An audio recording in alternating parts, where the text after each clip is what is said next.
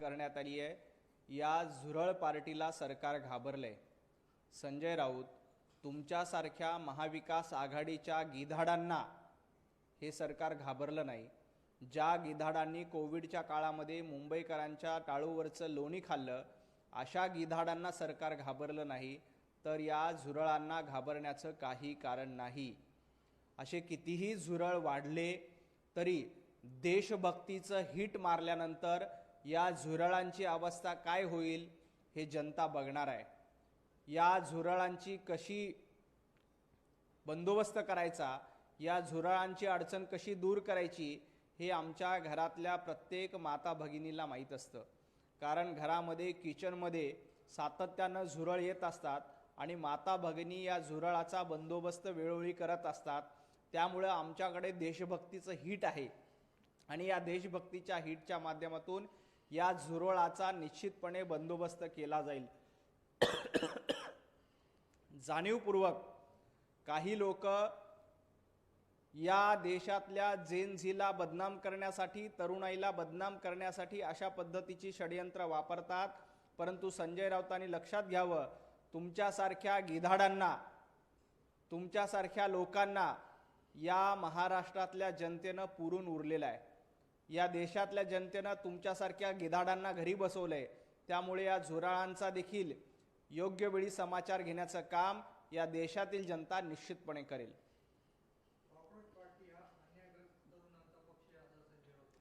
नाही, cockroach party हा कुणाचा आहे, कॉकरोच पार्टीचे धागेदोरे कुणाशी संबंधित आहेत हे देखील लक्षात येतंय। या देशातल्या तरुणाईची माथे फिरवण्याचं काम आणि ज्या पद्धतीनं बांगलादेशमध्ये हिंसाचार झाला, नेपाळमध्ये हिंसाचार झाला, अगदी तशाच पद्धतीचा हिंसाचार भारतात घडवून आणण्याचं काम काही परदेशात बसलेल्या लोकांनी करण्याचं ठरवलेलं आहे। परंतु एक लक्षात घ्या, इथली तरुणाई ही पंतप्रधान नरेंद्र मोदीजींच्या पाठीशी आहे। इथली तरुणाई हा देशभक्तीच्या पाठीशी आहे।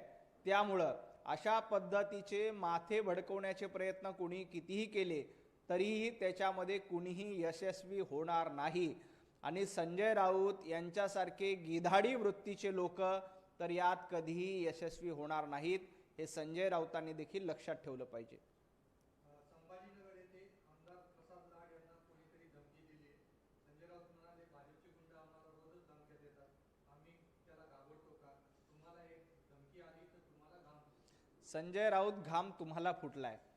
ज्या पद्धतीनं राज्यातल्या जनतेनं तुम्हाला धमकावून घरी बसवलंय, साधं सुद्धा बसवलं नाही, तुम्हाला सांगितलंय की तुमची अवकात नाही, तुमची कुवत नाही, तुमची पात्रता नाही, तुमची लायकी नाही, त्यामुळे तुम्ही घरी बसा। त्यामुळं महाराष्ट्रातल्या जनतेच्या आक्रोशापुढे तुम्हाला घाम सुटला म्हणून तुम्हाला घरी बसावं लागलं। भारतीय जनता पार्टी कोणालाही धमकी देत नाही। तुमचे गुंड कशा पद्धतीनं धमक्या देत आहेत हे आम्ही रोज अनुभवतो। आम्ही देखील कुणाकडे तक्रार करत नाही, कारण धमक्यांना घाबरणारी भारतीय जनता पार्टी नाही।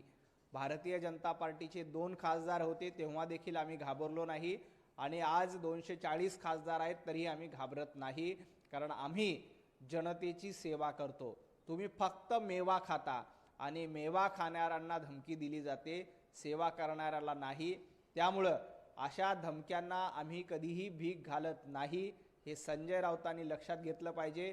रोज शेकड्याने धमक्या आम्हाला देखील येतात, परंतु आम्ही त्यांना घाबरत नाही आणि घाबरणारे आम्ही आणि भारतीय जनता पार्टीचे कार्यकर्ते नाहीत। तुम्ही आमच्या पक्षांना शंड म्हणता, स्वतःच्या लेंग्याची नाडी सोडून बघा तुम्ही कोण आहात, असं संजय राऊत। संजय राऊत, तुमचा शंढपणा एकदा नाही तर 1000 वेळा सिद्ध झालाय।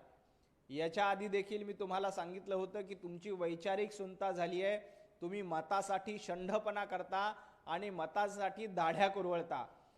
याकूब मेमनच्या कबरीचं सुशोभीकरण करणं म्हणजे शंढपणा असतो। औरंगजेब फॅन क्लब चालवणं म्हणजे शंढपणा असतो। दाढ्या कुरवळणं म्हणजे शंढपणा असतो। बांद्रातल्या बांगलादेशी झोपडपट्टीचं अतिक्रमण हटवल्यानंतर अश्रू गाळणं याला शंढपणा म्हणतात। सातत्यानं शंढपणा करण्याचं काम संजय राऊत आणि उभाटा गटाकडनं केलं जात आहे। त्यामुळं कोण मर्द आहे आणि कोण शंड आहे हे विधानसभेच्या निवडणुकीला महाराष्ट्राने ठरवून दिलंय आणि त्यामुळंच विधानसभेला तुम्हाला घरी बसावं लागलं आणि महाराष्ट्रातल्या जनतेनं सांगितलंय महाराष्ट्रातला षंड कोण असेल तर उभाटा गट आहे आणि संजय राऊत आहेत. इंधनासाठी महाराष्ट्रात व देशभर रांगा लागलेल्या आहेत, त्यावर भाजपचे लोक मत व्यक्त करत नाहीत. इंधन टंचाईवर ते काही बोलत नाही. संजय राऊत, तुम्ही जरा कान उघडे ठेवून ऐका. ज्या पद्धतीनं इंधनामध्ये काही लोक काळा बाजार करून साठेबाजारी करून जाणीवपूर्वक टंचाई सदृश्य परिस्थिती निर्माण झाली पाहिजे यासाठी साठवणूक करण्याचा प्रयत्न काही लोकांकडनं जाणीवपूर्वक केला जातोय. यामध्ये प्रामुख्यानं काँग्रेसचे आणि महाविकास आघाडीचे लोक देखील सहभागी असण्याची शक्यता नाकारता येत नाही. त्यामुळं अशा सगळ्यांची चौकशी करून या साठेबाजांवर कारवाई करण्यात येणार आहे. संजय राऊत हे लक्षात घ्या, तुम्ही इराण आणि इस्रायलच्या युद्धानंतर जगभरामध्ये पेट्रोल आणि डिझेलच्या किमतीचा भडका उडालाय. चीनमध्ये देखील 25% पेट्रोल आणि डिझेलचे दर वाढलेत. फक्त भारत एकमेव असा देश आहे जिथं 4%च पेट्रोल डिझेलचे दर वाढलेले आहेत. चीनमध्ये 25% वाढलेत. जरा डोळे उघडे ठेवून बघा. आणि टंचाई कुठेही नाही. काही लोक जास्तीचं पेट्रोल आणि डिझेल इंधन साठवत असल्यामुळं काही ग्रामीण भागामध्ये खास करून मराठवाड्याच्या ठिकाणी जालना असेल, संभाजीनगर असेल, या ठिकाणी काही लोक जाणीवपूर्वक साठेबाजी करत असल्यामुळं पेट्रोल डिझेलची टंचाई निर्माण करण्याचा प्रयत्न करतायत. परंतु हे सरकार सजग आहे. असे साठेबाजी जो कोणी करत असेल त्यांना शोधून त्यांच्यावर कारवाई करण्यात येईल. गृहमंत्री अमित शहा आणि मुख्यमंत्री देवेंद्र फडणवीस कोणतेही पक्ष टिकवणार नाहीत असं संजय राऊत. संजय राऊत, महाराष्ट्रातल्या जनतेने ठरवलंय की उभाटा गटाचं अस्तित्व संपवून टाकायचं आहे. महाराष्ट्रातल्या जनतेने ठरवलेलं आहे की शिल्लक सेना, किंचित सेना ही अजून वंचित करून त्या किंचित आणि वंचित असलेल्या सेनेला घरी बसवायचं हे महाराष्ट्रातल्या जनतेने ठरवायचं आहे. कुठलाही पक्ष वाढवायचा किंवा संपवायचा हे जनतेच्या हातामध्ये असतं. त्यामुळे महाराष्ट्रातल्या जनतेबरोबर प्रतारणा केल्यामुळे, महाराष्ट्रातल्या जनतेसोबत द्रोह केल्यामुळे आणि महाराष्ट्रातल्या जनतेच्या पाठीमध्ये खंजीर खुपसल्यामुळे या महाराष्ट्रातल्या जनतेनं तुमचा पक्ष संपवून टाकायचा हे मनाशी पक्क केलेलं आहे. त्यामुळंच विधानसभेच्या निवडणुकीला तुमचा पक्ष किंचित वंचित झालाय.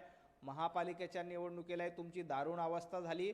जिल्हा परिषदेला आणि पंचायत समितीच्या निवडणुकीला तर तुम्हाला भोपळा देखील फोडता आला नाही. येणाऱ्या काळामध्ये देखील तुमच्या पक्षाची अशीच वाताहात होणार आहे. तुमचा पक्ष आता काँग्रेसमध्ये विलीन झाल्याशिवाय राहणार नाही, कारण तुम्हाला त्याशिवाय दुसरा पर्याय उरलेला नाही. मूर्ख लोक आहेत ते या देशात आणि तरुणांचं वाटोळं केलेलं आहे त्या लोकांनी. तरुणांचं वाटोळं कुणी केलंय हे तरुणाईला माहिती आहे. पंतप्रधान नरेंद्र मोदीजींमुळं तरुणांना मोठ्या प्रमाणात रोजगार मिळतोय. स्टार्टअप सारख्या योजना सुरू झाल्यात. सर्वसामान्य नागरिकांना चांगल्या सुविधा मिळत आहेत. आणि जगभरामध्ये संकट असताना भारतासारखा देश खंबीरपणे संकटांना, आव्हानांना तोंड देतोय, कारण इथली तरुणाई ही पंतप्रधान नरेंद्र मोदीजींच्या पाठीशी आहे. इथली जेन झी ही भारतीय जनता पार्टी आणि महायुतीच्या पाठीशी आहे. तुमच्यासारख्या लोकांचा नालायकपणा कितीही केला तरी त्याचा काहीही परिणाम होणार नाही. इथल्या तरुणाईचा विजय झाल्याशिवाय राहणार नाही. तुमच्यासारखे गिधाडी प्रवृत्तीचे कितीही लोक आले तरी त्याचा परिणाम शून्य असेल. भारतीय जनता पार्टी राष्ट्रप्रथम, देशप्रथम या भूमिकेतून काम करते आणि त्याच भूमिकेतनं काम करत राहील हे संजय राऊतांनी लक्षात ठेवलं पाहिजे. महाराष्ट्रात पेपर फुटले, राज्याच्या मुख्यमंत्र्यांनी याची जबाबदारी घेतली पाहिजे असं संजय राऊत. जे नीटचे पेपर फोडलेले आहेत त्या प्रकरणामध्ये जे कोणी दोषी असतील त्यांच्यावर CBIने कारवाई केली जाते. त्याचे धागेदोरे तपासले जात आहेत. कुणालाही सोडलं जाणार नाही. संजय राऊतांचे देखील यात काही धागेदोरे असतील तर ते देखील तपासले जातील आणि त्यांच्यावरही कारवाई केली जाईल. खूप खूप धन्यवाद.